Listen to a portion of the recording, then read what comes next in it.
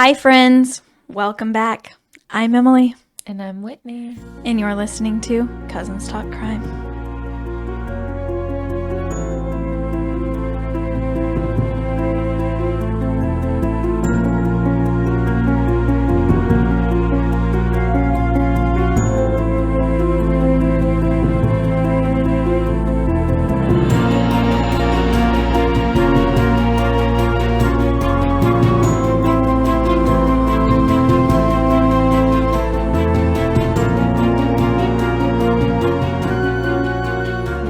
How are you? Good. How are you? I'm good. I have no complaints. That's good. Yeah. Your case that you just told me is still giving me the heebie-jeebies. Oh, it's giving me the heebie-jeebies still. I mean, I guess that's what the boogeyman's supposed to do, give you the heebie-jeebies. He was a monster. He was. Yeah, he definitely was. And I can't wait to tell you about my story's monster. I'm excited for this one. Yeah. I think we'll just get down to business and Dive hop right in. Yeah, let's just hop right in. So I'm going to be giving you the case of Crystal Rogers. She was born and raised in Bardstown, Kentucky. Bardstown's a pretty small town. It's probably like a little smaller than Vincennes. So it's not like a little bitty small town, but it's not a huge like city or anything like that. But Crystal's maiden name was Ballard. So Crystal Marie Ballard was born on April 4th, 1980 to Tommy and Sherry Ballard. Crystal was the mother of 5 children. And I read on a website called crystalrogerstaskforce.com that according to those that knew her, Crystal loved to be a mom and was a caring person who would help her friends when they were in need. She just seemed like your everyday nice citizen. Just the person that you wave to on the road. People in Bardstown all know each other, so it's just how it is. There's a lot of podcasts about this, and I've listened to some interviews of people from the community, and they're all just heartbroken, and it is so sad. So sad. And according to Sherry Ballard, Crystal's mom, Crystal had her first child with a boyfriend. That relationship didn't work out. And then she had her second child with another man, and that didn't work out. She ended up getting married. I assume this is where she got the Rogers last name. And they had 2 kids together, and that didn't work out. And then Crystal's current boyfriend, at the time of her disappearance, was Brooks Houck, and they had a child together. When she went missing, her youngest child I think he was 2 years old from what I've read. Now, Crystal met Brooks at the time that she left her husband. She was moving out of the house and she needed a rental, and Brooks had some rentals, and that's how she got intertwined with Brooks.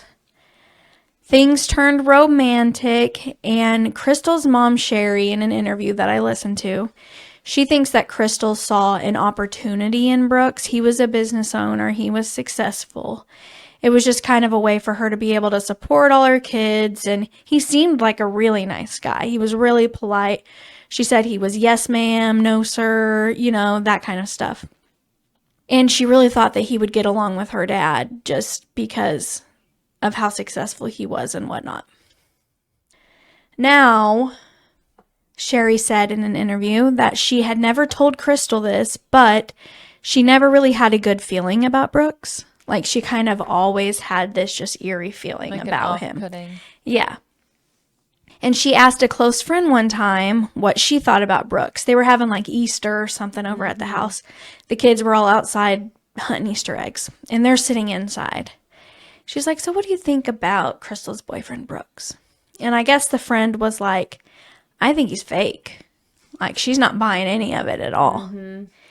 And Sherry was she felt bad because she felt the same way. Like, Yeah. she thought he was fake too. They weren't buying his act. They weren't buying it, but she felt bad. This is kind of the person that Sherry is. She's Yeah. very sweet. And she probably didn't want to be talking bad about her daughter's boyfriend. No. But Yeah. she was probably curious if they had the same feel, if anyone else was picking up what she was. Yeah.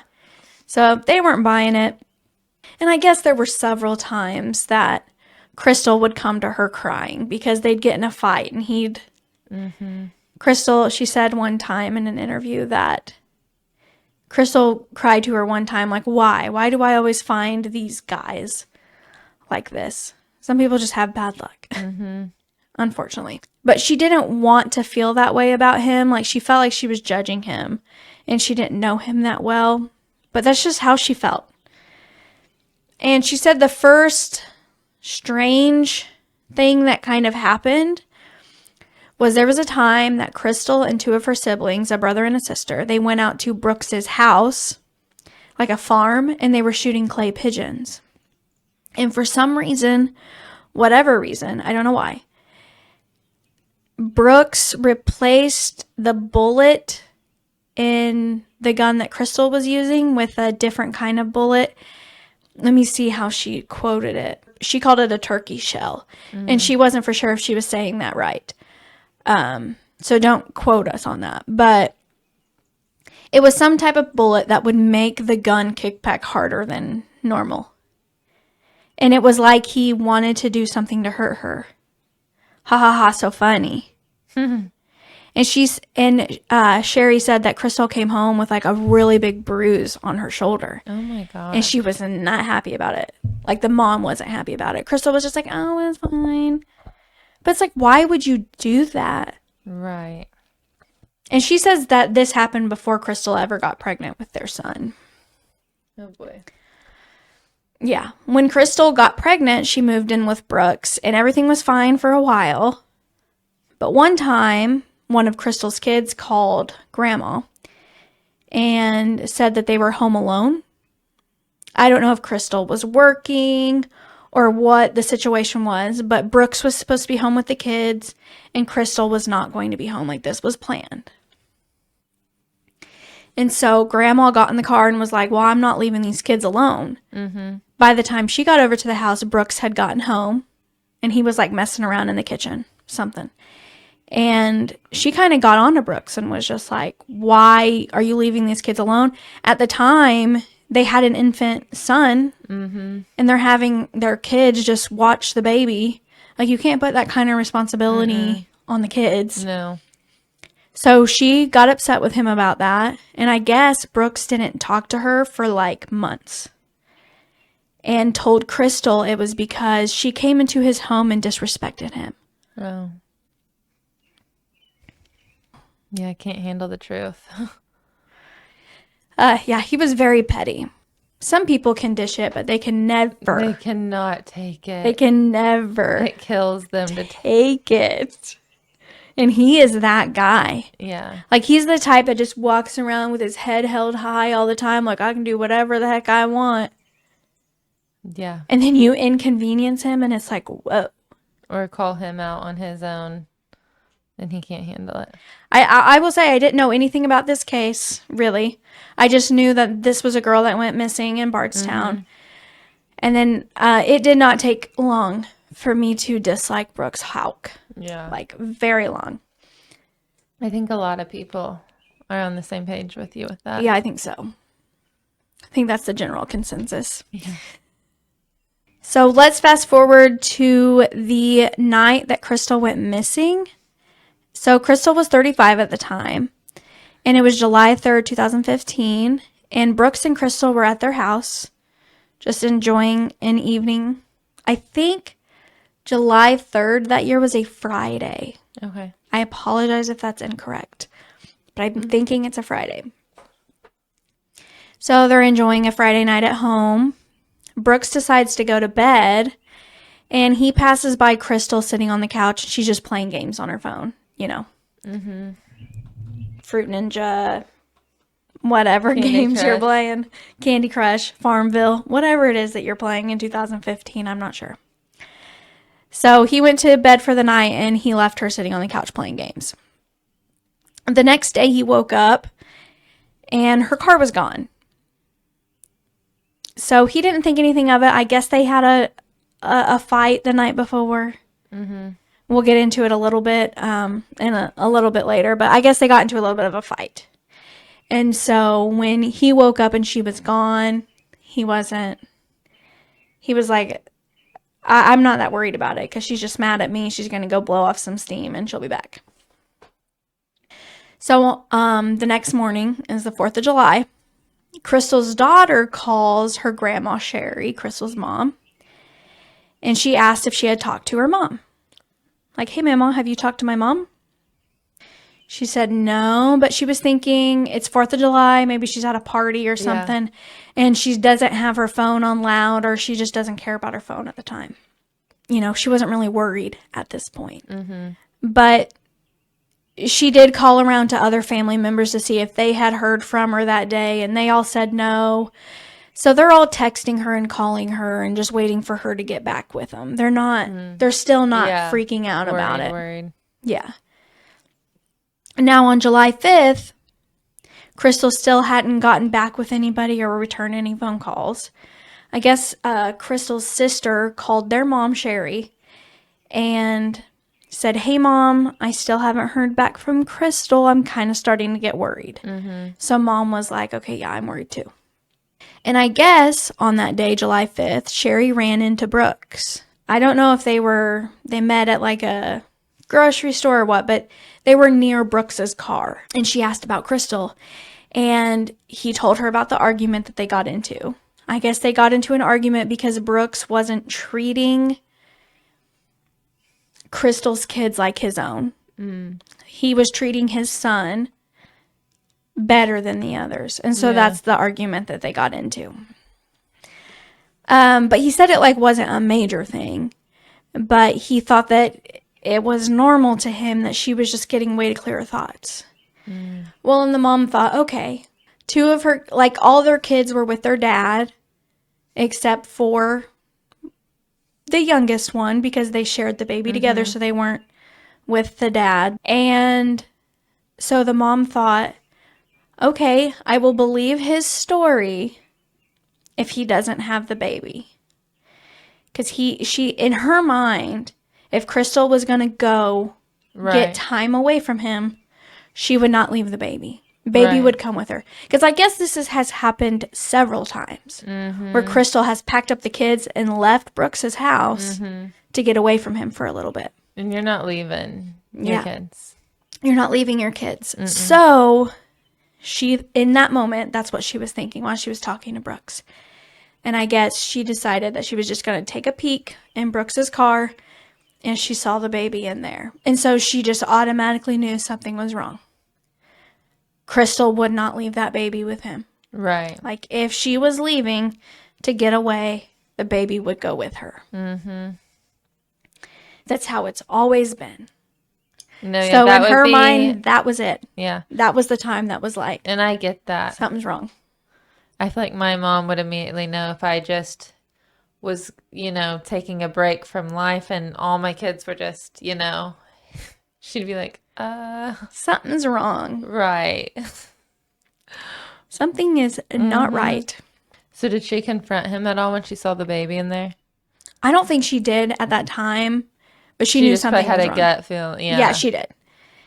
And I think in that time, knowing the baby was in the back seat, I think she knew that Brooks had something to do with it. Because that's the only way that Crystal would be away from the baby. Yeah. Is if he had something to do with it. She either would have went missing with the baby or something, you know. So she told Brooks she was going to go report her missing. Like, right. Something's wrong here. I'm going to go report her. And he's just like, yeah, I think you should probably do that. Just so casually, like, yeah, the mother of my child's been gone for 2 days. Yeah, I think you should probably do that. Not like, let me go with you. I'm really worried about her. I tried to play it off because bad stuff doesn't happen to you. Yeah. Like, there's just so many times we think that bad stuff doesn't happen to us. Right. It's like, okay, mom's worried. Let's go do it together. Yeah. No, I think this is something you should probably do. Red flag. Yeah. This guy is a piece of work. I will say that. So that day on July 5th, Sherry went and reported her missing. And shortly after Sherry reported her missing, Crystal's father, Tommy, got a phone call. And Crystal's car had been spotted along Bluegrass Parkway. And when they got to the car, the keys were still in the ignition. And her purse and cell phone were also inside. Which is weird. That's bizarre. Was anything, like, I kind of want to wonder, is anything, like, out of place? Was the purse dumped over? Right. Was anything, like, or was everything meticulously put like it was staged? Right. Because if she was getting abducted out of her car, she would have probably grabbed her phone. The person would have hit the phone out of her hand and it'd be like down on the floorboard or something. Or the purse, she grabbed something out of her purse and the purse be knocked over. If everything's just sitting perfectly in the car, it was placed there, staged there. So where was the car at? I think I missed you saying that. Yeah, it was just along the Bluegrass Parkway. Okay. It's just a kind of like US 41. It's like a heavy trafficked highway. So when they find her car and after the run-in that Sherry just had with Brooks, the family is immediately suspecting Brooks. Immediately. And they aren't quiet about their suspicions. Like, they are very loud and proud about suspecting Brooks. They're letting it be known. Yeah, they're letting it be known. And in an interview, Crystal's sister said that Brooks has never once offered to search or help or do anything for the family. When Crystal went missing, it's just like, that's never offered to inconvenient help for me. search? Yeah, no. That's bizarre. That's your girlfriend and mother of your child. Yeah. That's weird behavior. I agree. Like, I get it. People act different. Like, people don't always act the same in weird circumstances, but he's just got weird behavior. She was reported missing on the 5th.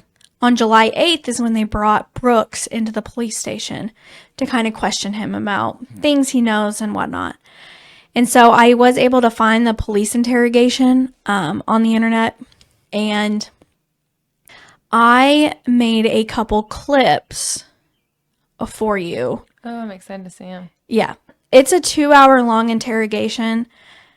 I will admit I did not listen to everything, so I did clip some things that stuck out to me, but it is on YouTube, and so if you're interested in listening to the entire police interrogation video, it is there for you to watch. So let me show these to you. The first clip I'm going to show you is a clip of the interrogator finding a little bit of a weird thing in the story. So Crystal was texting a friend saying that she was going to get a babysitter that night. I think it was a Friday night, like I said. They were getting a babysitter, and her and Brooks were going to have like a date night. Like, they don't ever get this. So she was excited and telling a friend that they were getting a babysitter and they were going to do something fun. And Brooks says this never happened. Are you familiar with a woman named Christina Holly? Yes, I know who you're talking about. There are some text messages between her and Crystal on Friday, and she's asking Crystal if she wants to go to Chuck E. Cheese, I think it was, something to do with the kids, something with the kids, and she tells her the same thing. Well, we've got a sitter for the evening. It's our first time being kid free for a while, so we don't want to. We're kid free. We're going to enjoy ourselves. Right. Why would she lie to her about that? I don't know. I can't answer that question. But as far as you know, you all did not have plans for a babysitter that night. No, actually, no. The plan was all along for you guys to go to the farm. Yes. Okay. So I thought that was weird. Yeah, that is weird. Do they have any messages with the actual babysitter? I guess they did text the normal babysitter, and the normal babysitter said no, we didn't have any plans. Okay. But the interrogator did say that doesn't mean that she didn't get with a different babysitter. Right. Like it could be someone else. So I don't know about that one, but Yeah, that's weird. she's claiming, and it's just weird when weird stuff like this happens and then someone goes missing. Yeah. Like it's weird. Yeah. All right, so the next clip I'm going to show you, I cut out the first part of it, but there are phone records that Brooks made a phone call that night to a certain number, and the police don't know who this number is from. So this next clip is the police coming back with Brooks's phone and just says, will you put in the phone number so that we can see who this is that you talked to? Right. And then Brooks proceeds to call the guy and they chat about work. And I think I cut out the part where they're just chatting, but all right, you'll just have to listen to this one. He finds another little flaw in his story.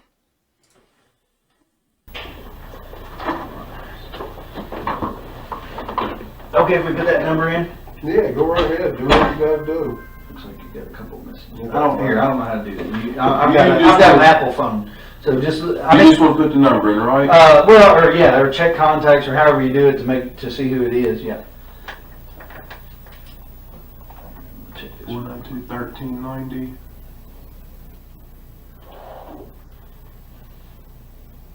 Just call it. Oh, Steve Lawson. Okay, who is Steve Lawson? He's somebody that works for me. Hey, Steve. Hey, I can't hear you real good. I'm gonna ask you to speak up a little bit, okay? Okay, sir. Hey, I was wanting to know. Hey, I've got some things going on next week. Yes, sir. I'm gonna need your help with it. Are you already booked up, or can you help me? Then they just go to keep chatting about work, which is weird. He's in interrogation. I just want to tell you I'm sorry about everything that's going on in your life, brother, and I got you in my prayers. I said it is a very difficult and trying time, but I appreciate you you saying that. But hey, I need your help while I got you on the phone here. Do you remember the other night you called me really late, and I forgot what you asked me. Can you? I guess we wasn't on the phone. I might have been tired. I know it was pretty late at night. Can you remember what you asked me or what you were after? I can't remember. Yes, sir, I can. I called to ask you for them numbers for our house. Oh, for a rental house. Yes, sir, I And did. what did I forgot? What did I tell you? You told me that you would call, what's her name, Katie or whatever, she handles all that. Crystal. Crystal, okay, I apologize. Yeah. And you said she handles all that, and that you would get back with me on it. All right. Thank you so much. Now. Hey, if there's anything I can do, you give me a call. Thank you. You have a good night now. Yes, sir. God bless you. Thank you.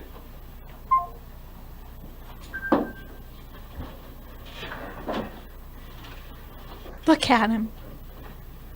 Okay. So that begs a question in my mind. All right. If she's in the truck next to you when he called, why would you need to call her about getting numbers for rental Because property? being that late at night, we're headed to the house. You know, I just wouldn't. She normally's not going to deal with stuff that late. And I mean, I probably didn't even look at the phone to see who it was calling me. I'm sure I just answered it. But you knew when you Yeah. answered. But he said you told him that you'd need to call her. All right. Why would you need to call her? I mean, that's an odd phrase for someone who's sitting next to you in the truck.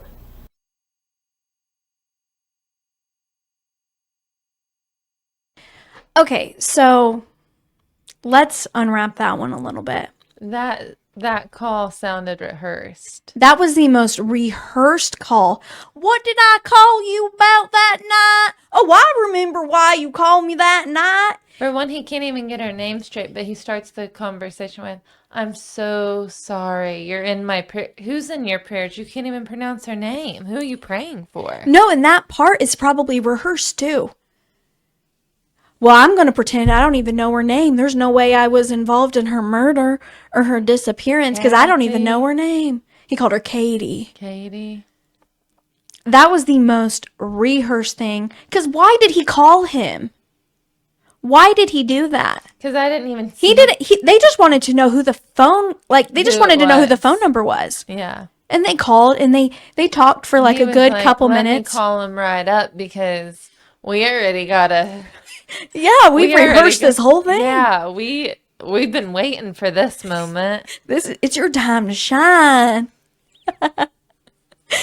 I'm like, that was the biggest. They just forgot phoniest- about the part where he was saying, "I'll call her for you. Let me call her when she's right beside you." Supposedly, they Yeah. didn't think that one through too well. No.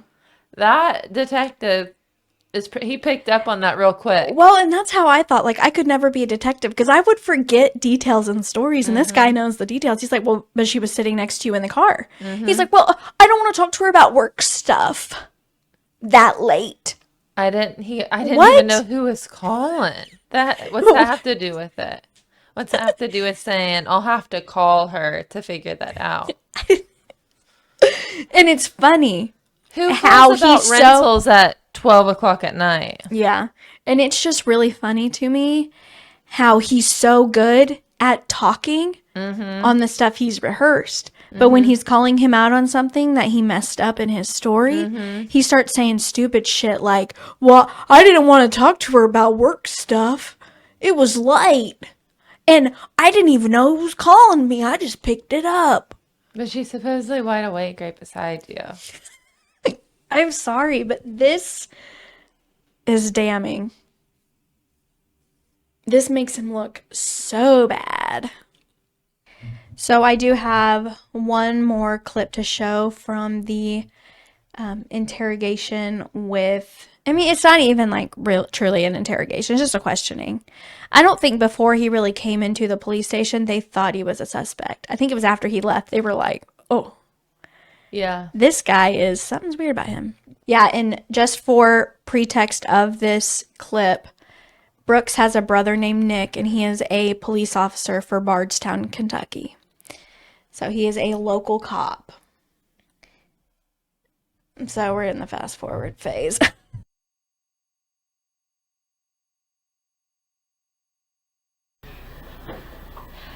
Well, okay. So I guess where I go from here, we're still getting video from different places, that along that route. Can I get this? Sure. Go ahead. You Hello? No. I'm up here. I know that you didn't know. I'm up here in this interview with the Detective Snow. I've been up here a good little while.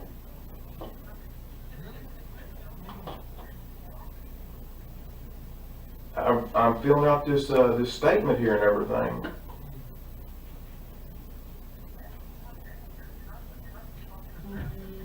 Are you telling me that's what I need to do?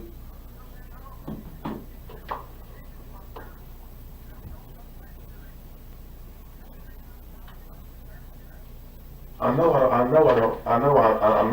that. But the way that I look at it is, I'm innocent. I ain't done nothing wrong.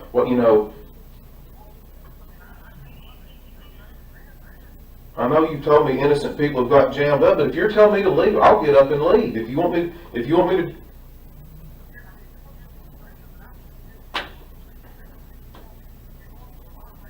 I know I'm going through a lot, but I'm trying to get this guy to help me. True narcissistic behavior. I mean, this detective can see right through this I don't think she bullshit. ran off with some other guy. I don't believe that. You can't make me think that. No.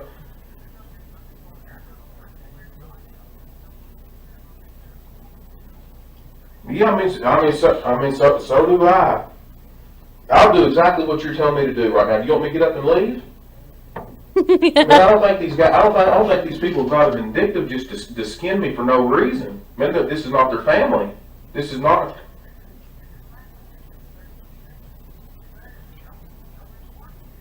Did he really think this one out?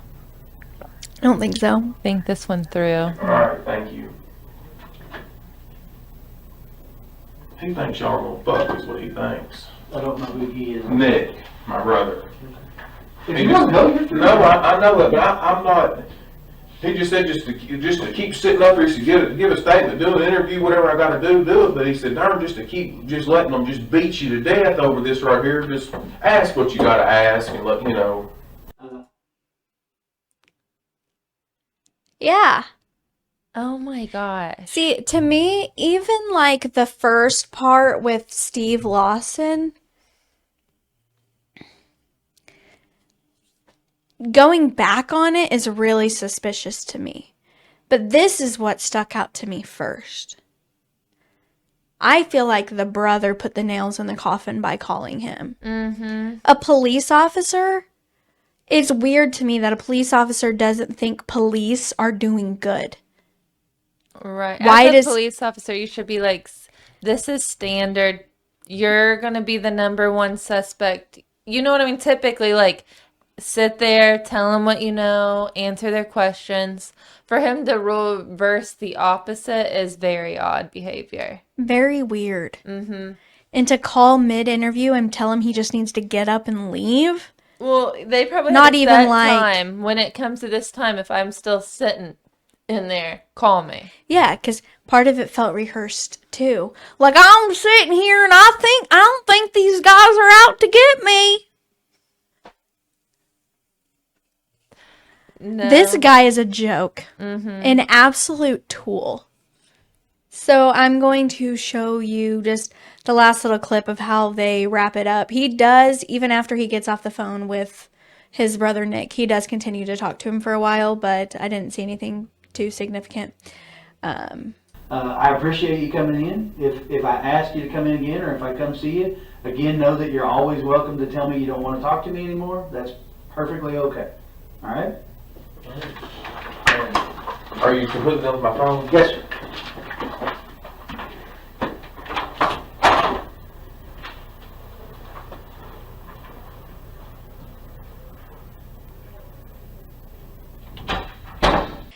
All right.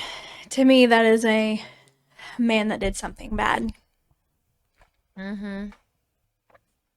No matter how much you prepare for something like that, they're going to see right through you. Mm-hmm. They're going to see right through it. I agree. No, he is sketchy. So, we're going to go into some more footage in just a minute. So I'm going to kind of keep us where we are now. Okay. But the very next day after this interview, so it would have been July 9th, Nick, Brooks's brother, he was called to testify in front of a grand jury because they thought this was suspicious. And it led police to suspect that he had involvement in the disappearance of Crystal. And at this time, Nick stopped cooperating with the sheriff's office. Like, I don't know how you can stop cooperating when you're a police officer. I don't this whole thing is weird to me. So, however, after some further convincing by the Kentucky State Police, he agreed to take a polygraph exam. And I feel like the Kentucky State Police were just like, if you want to remain a police officer, you're going to take this polygraph. Mm-hmm. If not, you can, Yeah. I think that's kind of what finally got him to agree to a polygraph. Okay. I could be wrong, but so the polygraph exam took place on July 20th. So he's pulled in front of a grand jury July 9th. And I guess it took the FBI stepping in and reaching out to him to get him to finally come in for it. He was putting it off for as long as he possibly could That's not suspicious. because he had to get his story straight. Yeah. So this was 11 days after she went missing? No, this is 11 days after he got called in. So she went missing Okay. the night of the 3rd. Okay. So it's 17 So still, days. Yeah. Still in this pretty close time frame. Yeah, within So a few weeks. they were taking this serious. Like, Oh, they were taking it very seriously, Yeah. and they were looking at the Houcks. Yeah. Immediately, they were looking Yeah. at the Houcks. So like I said, I think he was putting it off for as long as he possibly could to get his story straight. the brothers look alike. They do. Yeah. Mhm. You can tell they're brothers. Yeah. So this is This is Nick. This is not Brooks. This is Nick after his polygraph exam. I've had a chance to review your charts on both tests. That first test, you did not pass the test, and it's pretty clear to me that you haven't told me the complete truth today. And the questions you're having a problem with are questions about Crystal, and in particular, the one about whether or not you know where she is right now. And I treat police officers in these circumstances like I would myself, so we're not going to go through all the interview interrogation nonsense. You and I are on the same page. But again, I'm also going to tell you the complete truth as we're sitting here. And it's no longer a matter of wondering, do you know anything about what happened? We're past that now. I mean, I'm crystal clear with you. I give everybody a good, fair test. I'm no longer asking you if you know. You do. Now, what you want to do with that is entirely up to you. I'm going to yell and scream at you and get the Sipowicz phone book and all that. I'm talking to you man to man as a fellow law enforcement officer. That the time has come for you to think real hard about the rest of your life. You can deny, that's fine. That's what people do. It's will. That's what you've done at this point. And it's human nature. You know, when people are asked questions about a matter such as this, they immediately circle the wagons and start to, well, out of self-preservation, we all Man, do let me that. just cut you off. I mean, do we need to take this any further? I would like to take it to the truth. That's the whole reason we're here. Is the test though? I mean, man, you're talking crazy. Well, I mean, you're talking crazy. was that You your said, rehearsed response to what was going to happen today? Because it sure sounds like it. I don't know what it sounds like. I'm just saying. Well, I'm telling you what I you're love talking this guy. crazy. What's crazy about it? Explain to me. The accusations you're making. Yeah, I'm But saying that you you were know- involved in this. Absolutely not. Well, None. you've already told me that. That's why we did the polygraph, to find out. Well, now we both know. I told you what now? You told me before you had nothing to do with it. Right. Yes. Well, now we're past that. Because I've already shown that you did have something to do with it. I don't know what the I test. just showed you. Okay, I just showed it to you. but I'm telling you, I did have. And I'm telling you you're lying. I mean, I can't make it any... I'm not trying to hurt your feelings with it. Yeah. I'm just telling you the truth. But that's what I'm doing to you. I'm telling you the truth. No, you're not. We're past that. I've already shown you. I've taken the polygraph. Do you have anything else for me? Because I mean, I'm not going to sit here and we're not going to go back and forth like this. You do whatever you want to do. I said I'm I mean, I want to cooperate with you. I mean, I'm not Well, then here. tell me what happened. Tell me what you know. I don't know anything. We're past that. You've already shown me that you do. I know nothing. I know nothing. I love that guy. That interrogator is great. Yeah. He was right to the point. Like, you're lying. You're lying. Well, and if you the entire video is on YouTube. So if you want to look into more of that, I just kind of clipped out some stuff in it. But he rants on to him for about 15 minutes lecturing him before Nick even says a word. And then Nick finally is like, I'm not doing this anymore. So he's just silent, taking it all Yeah. in. And to me, I thought he looked nervous. He When- really was. When that interrogator first sat him down and is like, you failed, he's like, I think he looked nervous. I think he really wanted to pass. But like he said, he's like, was that a rehearsed response of what you were going to say for when you failed?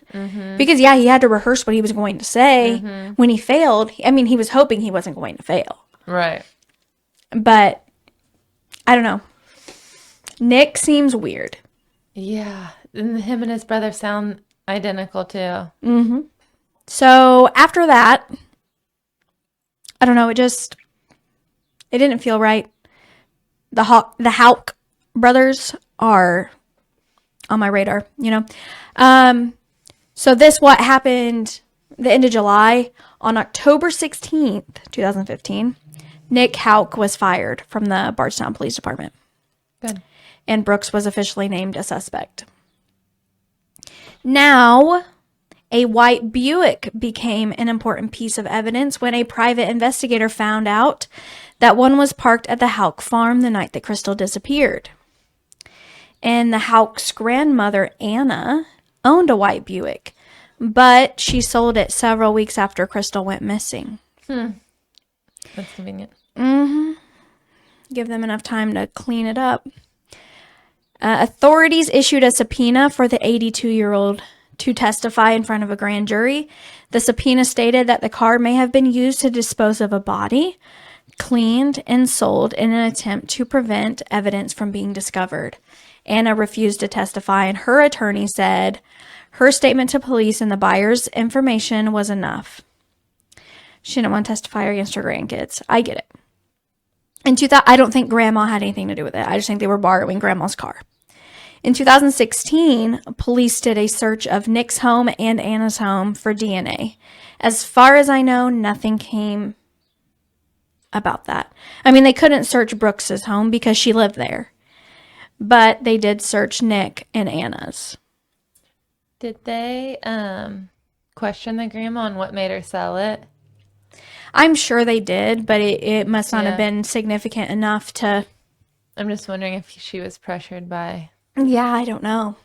Might have been. A reward for $100,000 was offered for information on Crystal's disappearance, but nothing of value was ever received. The Nelson County Sheriff stated in an interview that the agency had a really good idea about what happened to Crystal. They just had to get their facts and their evidence together, and they were going to do something about it. So Crystal's missing. We've never found Crystal's body. She is presumed dead, but she's missing. This is kind of different from me. I don't usually do missing person cases, but we know she's not missing. We know she's dead. We know she is. And we know who did it. It's just not completely solved yet. Now, the biggest, weirdest part of this case happens just 18 months after Crystal disappeared. Crystal's dad, Tommy, was out hunting with Crystal's oldest son. And out of nowhere, an unknown shooter shot Tommy in the chest and killed him instantly.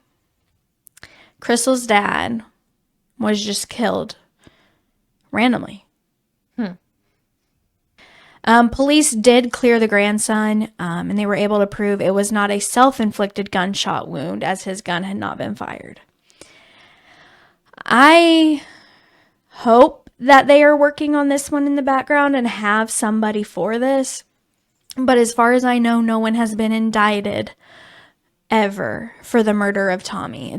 It's still... Now, was her dad a big, like, advocate for thinking that the Houck brother... Oh, yeah, the family was very, very vocal about their suspicions of the Houck family. So he was letting that be known openly. Yeah, and her dad was very involved in the case and searching for her. Now, the FBI got involved, and they conducted 2 different searches of Bardstown. The first one being in August of 2020, 5 years after it happened, and the second being in August of 2021, 6 years. Now, the second search took place in the Woodlawn Springs subdivision. I haven't gotten clarity, but the Woodlawn Springs subdivision was either where Brooks lived, or it was a subdivision that his construction company built a lot of homes on. So the FBI has not disclosed any details of the findings of this search in the Woodlawn Springs subdivision. But on August 27, 2021, they did announce that a quote-unquote item of interest had been recovered from the concrete from one of the homes. Don't know what this item is. Still to this day, I do not think we know what this item is that they recovered. And the FBI put pressure on the people of Bardstown, saying that there are people that know what happened and it's time to come forward. My brain can't help but wonder what it is. Now, do you think if it was a body part, they'd have to be like... I don't know what they have to say legally. I do not Yeah. know. If they found a part of her body in there, I do not know if they have to legally tell us. I don't know that. Yeah. Maybe someone listening will know that. I do not know that information. I kept thinking maybe it was like her ID or something. But her purse was in her car, so it couldn't have been that unless Or her ID maybe clothing. could have been. However, in 2023, which was only last year, 3 people were arrested for the murder of Crystal. We don't even have her body. How are... Unless we do. I know, that's what I'm saying, is what did they find? It has to be a body part. You would think, yeah. Because how can they say she's dead? How can you charge someone with murder if we don't know she's dead, if we don't have a body? So I feel like there's some very secretive stuff going on here. I think there's a lot of evidence that we are going to learn about during the trial. So anyway, in September of 2023, a Nelson County grand jury indicted a local man named Joseph Lawson. He was 32 years old, and he was charged of conspiracy to commit murder and complicity in tampering with physical evidence. Don't know what he did, how they discovered that he did it. Now, who is he in connection to the Houcks? Well, if you remember, in the interrogation video of him, he talked to a man named Steve Lawson. Joseph Lawson is Steve's son. The guy that was doing work for him and made the phone call to him around midnight the night she went missing. This is his son. His son, okay. Yes. They did not identify the victim in the indictment, but the dates did line up with Crystal's disappearance. So the locals are kind of freaking out at this time because they've never heard the name Joseph Lawson. Like, they have they're thinking the Houcks, the Houcks, the Houcks, the Houcks. They're not thinking of the Lawsons. Yeah. So yeah, they're kind of freaking out. On October 5th, 2023, Brooks Houck was arraigned in the Nelson Circuit Court on a murder charge. He had been arrested in the previous week. The prosecutor, Shane Young, asked for a $10 million bond. Go Shane. Yeah. Me and the justice system would like you. $10 million? Love that. He ain't getting out. Anyway, so Young also revealed that investigators had recovered a gun sold by Nick Houck under a false name, and it is a very good potential match to the gun that killed Tommy Ballard, Crystal's dad. So I'm hoping that somewhere someone's working on charging Connecting those Nick dots. Yeah. with the murder of Tommy. Because I feel like that's about the only person we're still waiting on. So who is the third person arrested? So in December 2023, the third person arrested and indicted on charges of conspiracy to commit murder was Steve Lawson. Okay. The guy that he made the chatted phone call. with. Yeah. The guy that he rehearsed his yeah. But the police brother has not been arrested yet. Not that I have seen. He's probably fleeing right now. He's playing it cool. I don't know what he's doing. He's probably in a different country. I have no idea what he's doing right now. No idea. Get that. I would like to know what he's stupid doing on a face. day-to-day basis. I mean, he's surely not in Bardstown, right?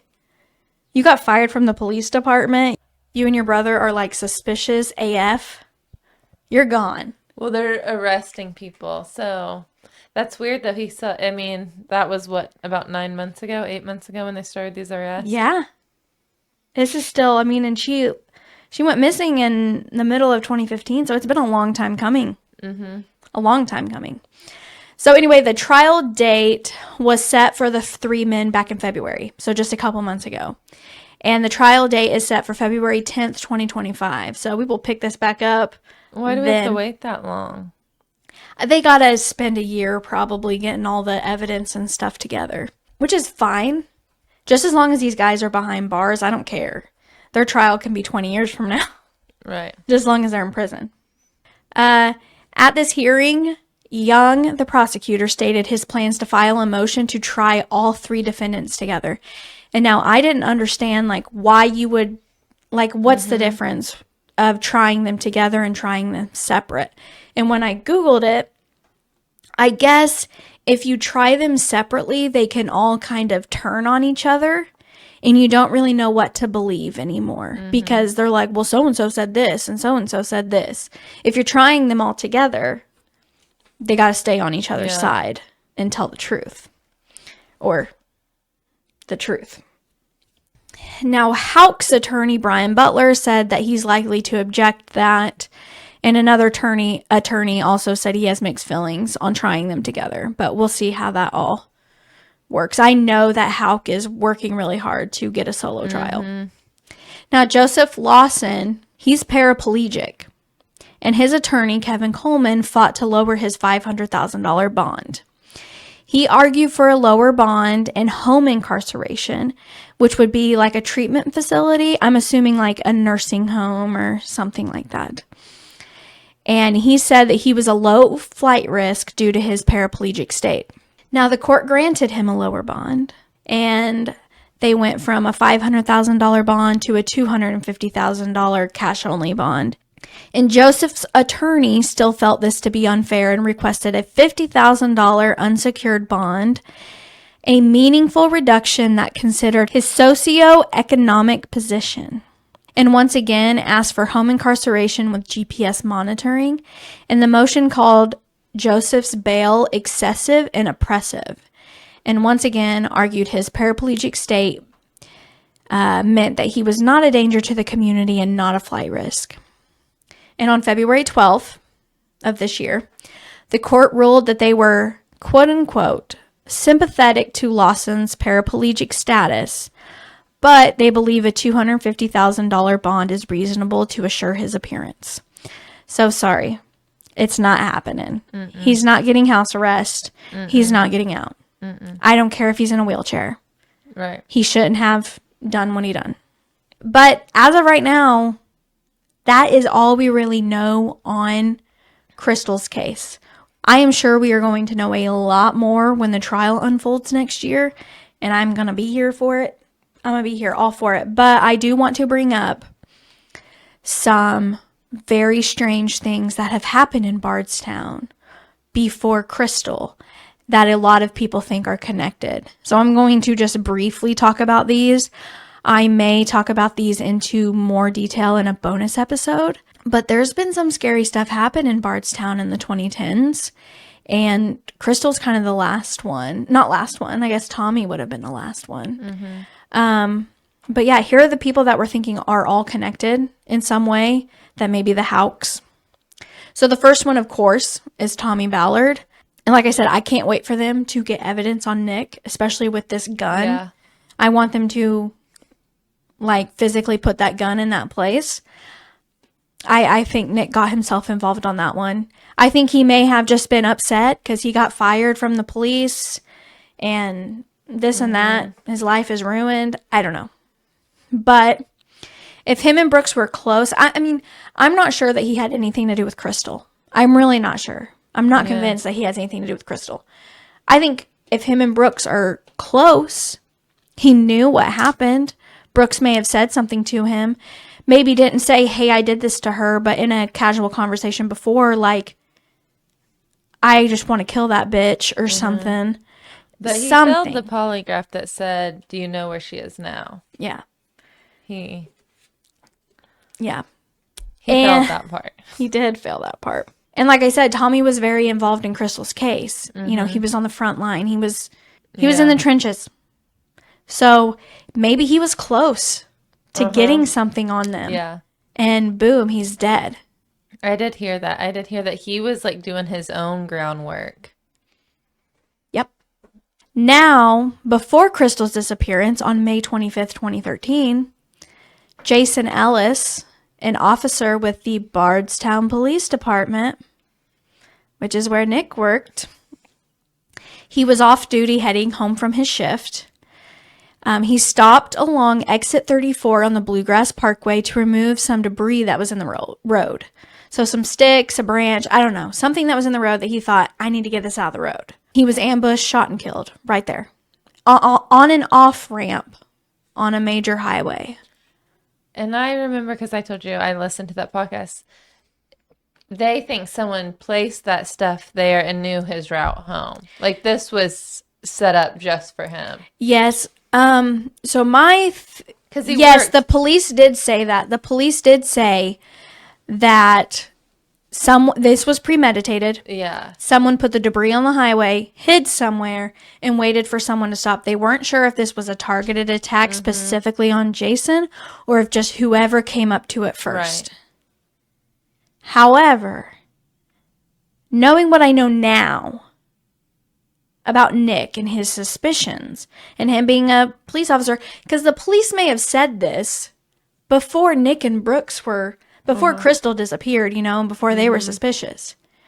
So did What this if this was happen- someone that- Did this happen before she disappeared or after? Yeah, this happened in 2013 before, a And couple she years before. disappeared in 2015. Yeah. So it makes me wonder if someone knew him. This person knew when he got off of work. They followed him from wherever he was working. Yeah. And maybe this was I don't know. What if he was going home? Okay. Conspiracies. So say someone put something in the road. That person put it in the road. And then they followed him from his job. Okay. He's in his police cruiser. Maybe this other cop that I won't name is in their police cruiser right behind him. Yeah. They get off the ramp together. Yeah. And they both get out of the car like, oh man, look at this debris in the road. How did that get there? I don't know. And he's friendly with the guy. And then he surprises him and kills him. Because they say that Jason Ellis, the police officer, his gun was still holstered. Someone either snuck on him so hard and shot him, or he knew whoever it was and he wasn't threatened by pulling his gun out. For some reason, I was thinking they thought someone was hiding like in the bushes there. Yeah, that's what the police said. Yeah. But now it's just the conspiracies in my head of how Nick seemed so smug in that video and just, ugh. Was there a case he was working on, this cop? Like I said, I just did a brief overview of this. I want to dig deeper in these and maybe to bring see these what out in he a... was like doing or who he was looking into. Who would want him killed? Yeah. Yep. And you said there was another one. Yes, there was another one. So this is 2014. So this is in between the cop getting killed and Crystal disappearing. So a 48-year-old teacher named Kathy and her 16-year-old daughter, Samantha, they were found brutally murdered inside their home. And this is just right outside the Bardstown city limits. So, I mean, it's still Bardstown. It's just out of the city limits. Now, when she's a school teacher, and so when she didn't show up to school, the police did a wellness check on her, and they found Kathy and Samantha dead inside their home. They were tortured and killed. And I listened to this really sad interview of a local talking about it, and they were just sobbing as they were talking. I mean, it was heart-wrenching. But they were just saying that they pray to God every single day that Kathy was killed first so that she didn't have to see her daughter get. Have they had any leads in that case? Do you know? Nope. They have surveillance footage of what I saw of a black car, and they are confident that the person that was driving this black car is the one that did it, but they haven't connected anybody. And I mean, did they have any, a school teacher and a daughter, did she have like an ex or? Not that I saw. Like I said, I want to dig into these more and like do a bonus episode on them. But yeah, my brain is thinking, oh, please God, Brooks or Nick or someone connected to them own a black car at that time. For crying out loud. I wonder why though they would, who knows?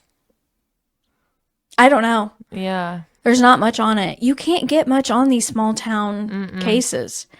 But I did read an article from WHAS 11. I'm assuming it's a local news to Bardstown, Kentucky, that the Kentucky Attorney General is connecting Jason Ellis, Crystal Rogers, and Tommy Ballard together, but not including Kathy and Samantha. They think that it's a separate occasion.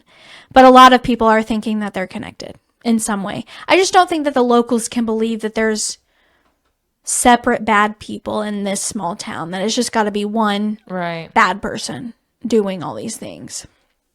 Like I said, we'll be covering more of this case in a future episode because a year from now the trial is going to be going on, and hope to God we know what this evidence is that they found and they're able to put these guys behind bars. But I'm nervous for it because if we don't have a body, I just don't know how they can get convicted.